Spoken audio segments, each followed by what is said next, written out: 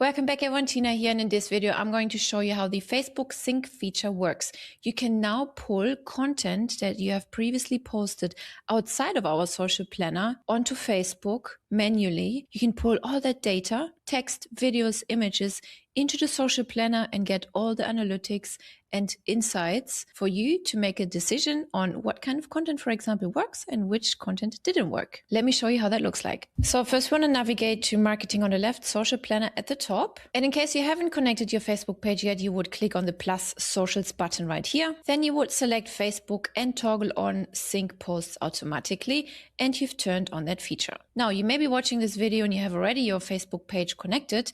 Then you just want to go to settings, then you want to click on Facebook, and then right here you have the option to sync posts. Turn this on, and now it is syncing posts from the last 30 days, and it will keep resyncing it every 24 hours. Now let's go back and click on statistics. Right here you can then see all the data consolidated from the posts that you've scheduled within the planner, as well as from the posts that you've scheduled or posted immediately on Facebook directly outside of this planner. Right here you can also change the time frame for when exactly you would like to see the data, and here you can switch between channels as well. If you see this disconnect or expired message, please follow the reconnect prompt to resume syncing. Should your Facebook page be disconnected from the social planner, then also the syncing will stop. You just then need to go and refresh the token with Facebook in order for the syncing to continue. Also, you can turn off the syncing anytime you want. And remember, the synced content supports text, images, as well as videos. I hope you like this feature, and be sure to check out all of our other videos within the playlist. I will see you over there. Our entire help doc library is linked below, where you can learn more information about this particular feature as well as many other features. Also be sure to check out our Content Army YouTube playlist as well as our blog, where you can learn more things about HighLevel and what it has to offer.